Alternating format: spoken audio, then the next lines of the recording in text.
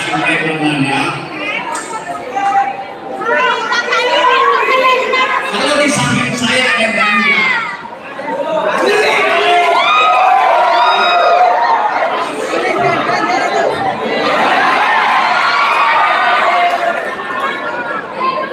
Saya dari sini ingin mengulas pikiran, bukan untuk pamer kegantengan.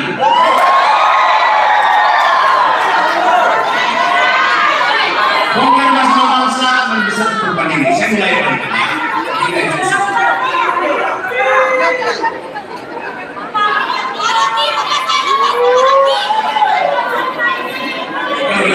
Oke. You foto nanti ya. 111 tahun yang lalu, seorang pemuda menyiapkan dirinya untuk membangun sekolah. Dan hari ini ada 180 universitas. Hasil pikiran anak muda ini. Anak muda ini namanya Ahmad Dahlan.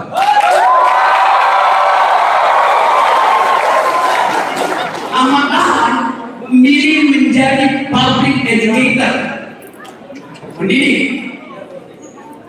Bayangkan kalau pada waktu itu Ahmad Dahlan memilih jadi menteri, udah pakai rompi, orange.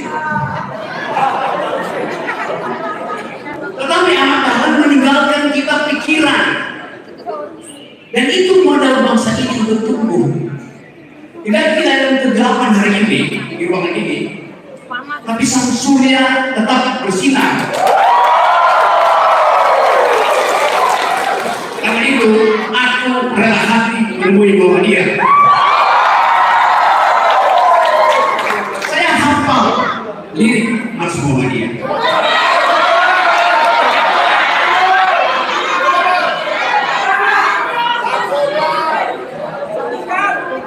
Dengan kata lain, dari 180 universitas, kira-kira ada 10.000 dosen di situ, termasuk akademisi. Mungkin 50.000 mahasiswa ada di situ.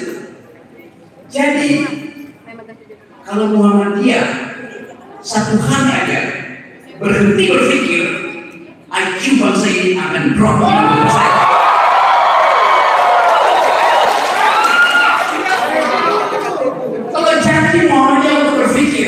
Saya jadikan persyarat untuk menjadi presiden, harusnya Anda juga mengikuti tuntunan pikiran. Siapa yang bisa berpikir, dia harus berani diuji pikirannya. Bukan intinya, bukan kalau dalamku, tapi di bawah akademis. Demokrasi itu adalah pemerintahan akal melalui pemerintahan orang. Dan itu diawali oleh akal pikiran Muhammadiyah bahkan sebelum Indonesia merdeka.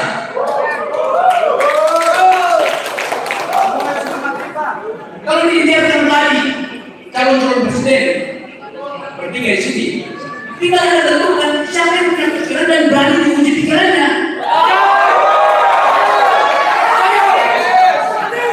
Saya berteman dengan Pak Prabowo Subianto.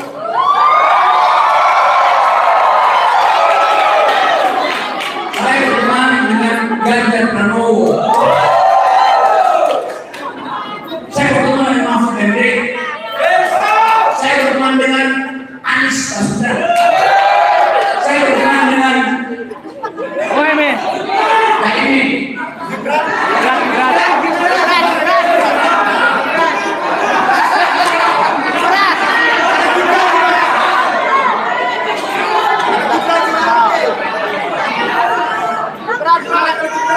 berteman artinya mampu bercakap-cakap secara intelektual. Katanya kenapa saya berteman dengan Gibran?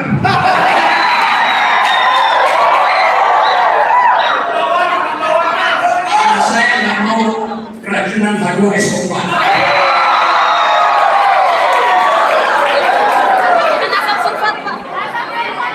Tadi Anda sudah punya pilihan, tapi pilihan di wilayah politik memerlukan referensi.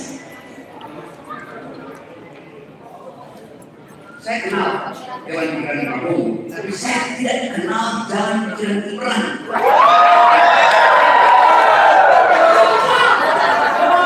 Saya kenal jalan pikiran Mahfud MD, tapi saya tidak kenal jalan pikiran Ganjar.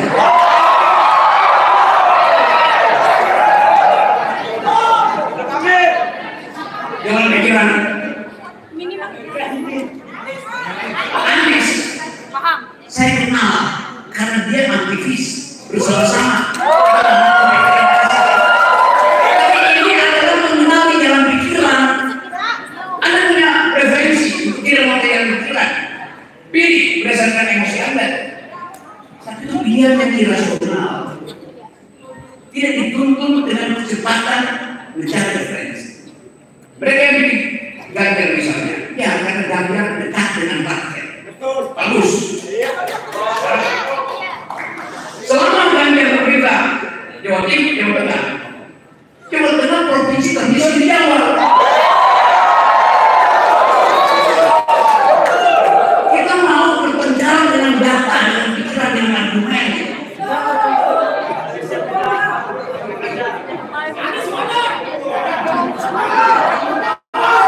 Kalau Ganjar dipindah di sini, diuji wawasannya, ada mahasiswa sastra Inggris, mana Pak Ganjar, Master Ganjar Pranowo, as a candidate of Indonesian next president, do you speak environmental ethics?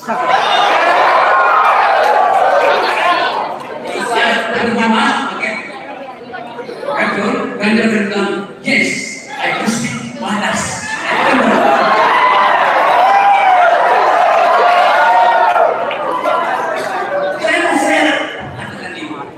Dan bagi milenial di seluruh dunia, seseorang yang literasi lingkungannya buruk, apalagi aktivitas lingkungan yang rusak lingkungan, itu tidak layak memimpin planet bumi. Bukan saudara Indonesia, tapi planet bumi. Anda milenial, Anda dituntun oleh etika baru yang namanya Earth Ethics, etika bumi.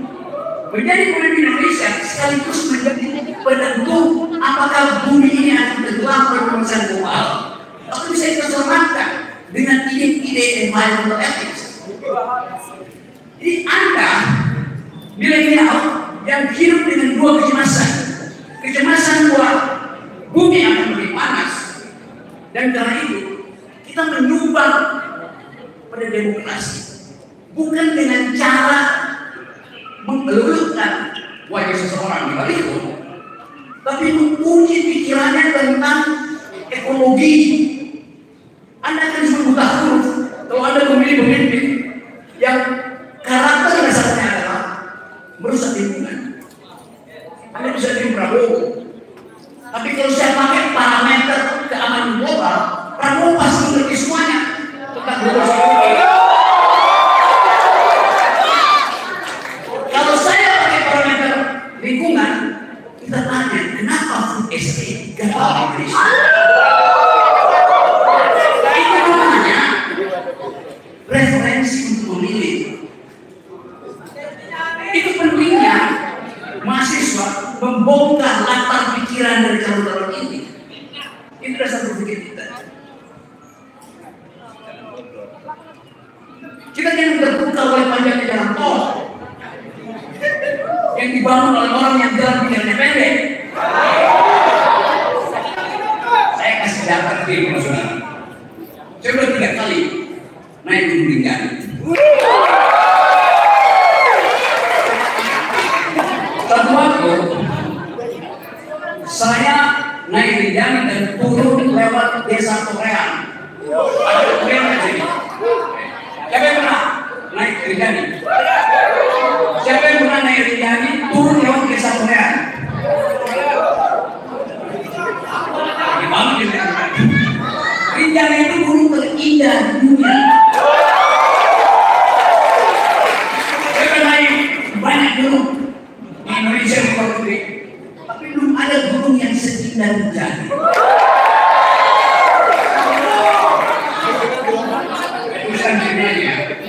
Saya turun dengan malam, kira-kira jam 9:30 malam, nyari bak terbuka, angkot bak terbuka di desa Korea supaya saya bisa kembali ke Sembalu, karena saya ingin ke Sembalu. Warung saya banyak. Saya duduk di depan.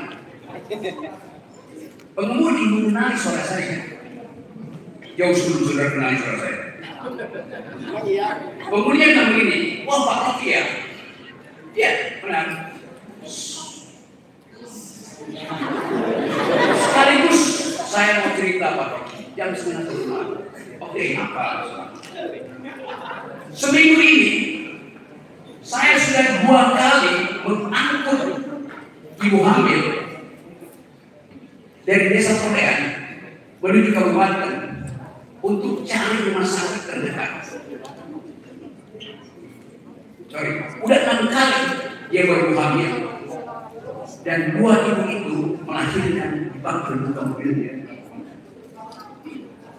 Saya bilang, wah, serius betul. Dia bilang, bukan cuma mobil saya, ada banyak mobil yang jadi tempat persalinan ibu hamil. Apa penyebabnya?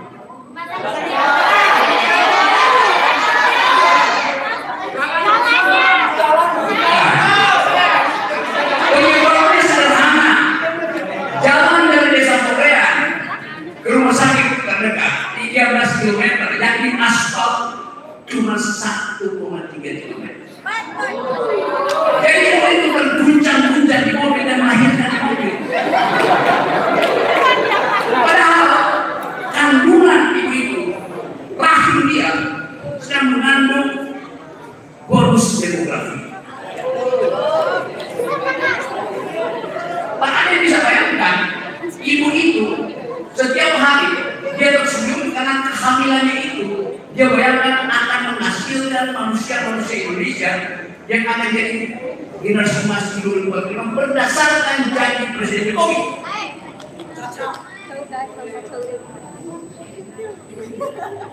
Presiden Jokowi membangun jalan tol, tapi dia tidak membangun jalan rusuk. Punggungnya ada, rusuknya ada. Kekurangan jalan pikiran menyebabkan jalan tol ini tidak berguna bagi semuanya. Jadi kalau ada bilang infrastruktur itu akibat dari infrastruktur yang tidak didesain dengan akal sehat.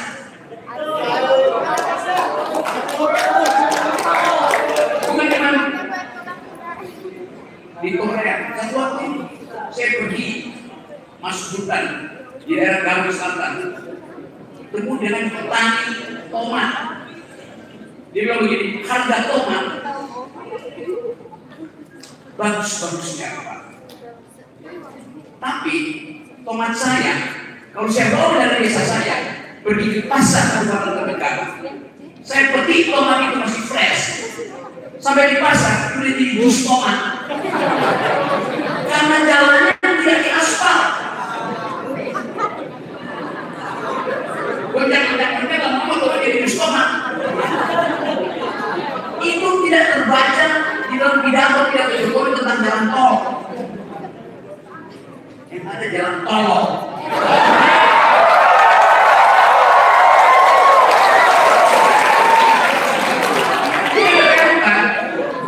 Oke, ada Prabowo, Ibu Hamada. Iya Pak. Tapi kalau ditanya, apa yang akan diteruskan oleh Prabowo? Program dia akan meneruskan. Dia akan meneruskan proyek infrastruktur. Berarti akan menambah ibu hamil yang melahirkan daerah. Dan ada psikologis pertanyaan itu. Food estate-nya gagal. Tentu Pak Prabowo punya argumen. Di situ diperlukan perdebatan supaya kita tahu mengapa Anda pro Prabowo, mengapa Anda pro Amin, mengapa Anda pro Ganjar.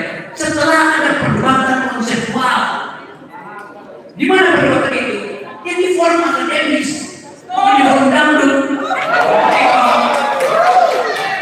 Jadi kita menginginkan ada forum mahasiswa yang menguji pikiran-pikiran para kandidat. Kalau Anda tidak bisa bertemu langsung, uji visi dan misi dia. Dengar komentar Pak tentang calon ini, supaya kita tidak memilih kucing dalam karung. Itu sebetulnya kita tahu karungnya berbohong, kita tidak tahu jadi kucingnya apa. Saya balik kepada Muhammadiyah. Ini institusi yang didesain untuk berpikir. Ini institusi yang dimaksudkan untuk menaikkan kecerdasan bangsa kita. Jauh sebelum Indonesia merdeka, sebelum ditetapkan oleh diskusi bahwa tugas presiden adalah mencerdaskan kehidupan bangsa dan memelihara fakir miskin, Muhammadiyah sudah mulai, dan sampai sekarang negara masih berhutang pada Muhammadiyah. Negara membayar biaya COVID rumah sakit Muhammadiyah dipakai oleh negara. Negara berhutang pikiran pada Muhammadiyah. Karena itu kalian mesti tanya pada calon presiden berikut, apakah Anda berpikir seperti akhlak berpikir untuk membangun bangsa dengan kurikulum pendidikan? Kan itu dasar evolusi moral. Saya mengerti bahwa Lombok adalah tempat pertarungan pikiran politik yang dari dulu keras. Bagi kampus, pikiran keras itu diuji secara metodologis. Dan itu artinya kemampuan berargumentasi. Jadi teman-teman di sini, saya senang bahwa akhirnya kejujuran Anda ada ucapkan ketika diuji oleh Refli Harun. Ada yang bisa oke. Itu adalah preferensi sebelum Anda membaca referensi. Saya ingin supaya ada debat kelompok-kelompok. Siapa tadi yang pro Prabowo, silahkan bikin kelompok untuk duel argumen. Yang mau belajar begitu, yang mau ambil begitu. Supaya ada fairness. Supaya Muhammadiyah bisa dilihat sebagai miniatur dari Indonesia berpikir. Jadi kita bedakan antara kumpulan the community of thinking, the community of thought, dan the community of amplop. Ini yang saya ucapkan pada teman-teman, bahwa pikiran diberikan oleh Tuhan secara rata. Tapi banyak ketika Tuhan membagi-bagikan pikiran, mereka tidak hadir. Kenapa? Karena menunggu BLT Jokowi. Dan BLT itu adalah penghinaan terhadap negara. Kita tidak lihat lagi inisiatif dari komunitas petani, komunitas pedagang. Mereka menunggu setiap bulan BLT di ujung-ujung gang.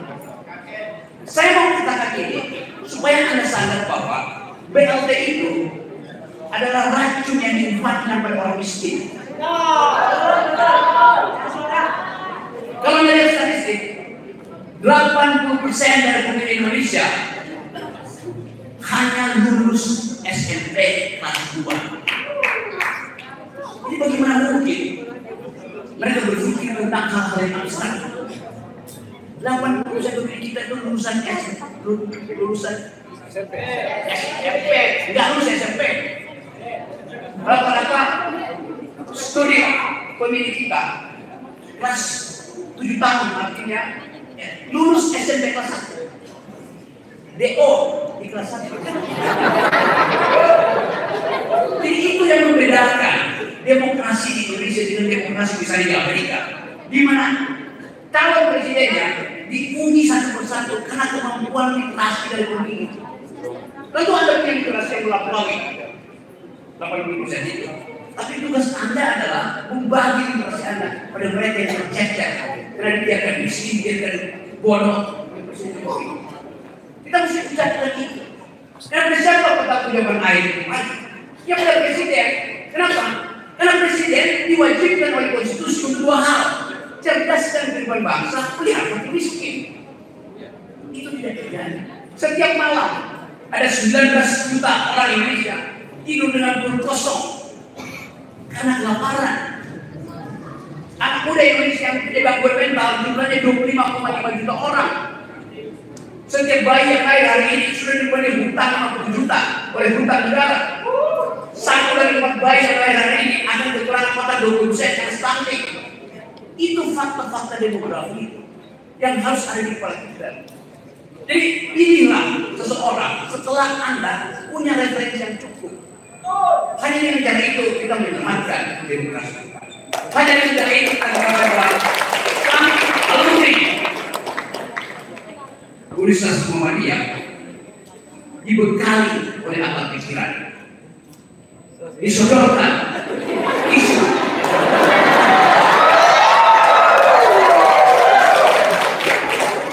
Jadi kemampuan berpikir kita andalkan pada tokoh yang kita kagumi, yaitu Ahmad Dahlan. Ahmad Dahlan tidak ada balihonya di sepanjang jalan di Mataram, tapi balihonya ada di pikiran kita. Seseorang yang memaksakan hidupnya untuk menghidupkan demokrasi, untuk menghidupkan demokrasi. Oke. Jadi sekali lagi, saya ucapkan selamat datang di dalam komunitas pikiran. Kita memerlukan pertengkaran agraris supaya generasi emas 2045 tidak datang dari kaleng omongan.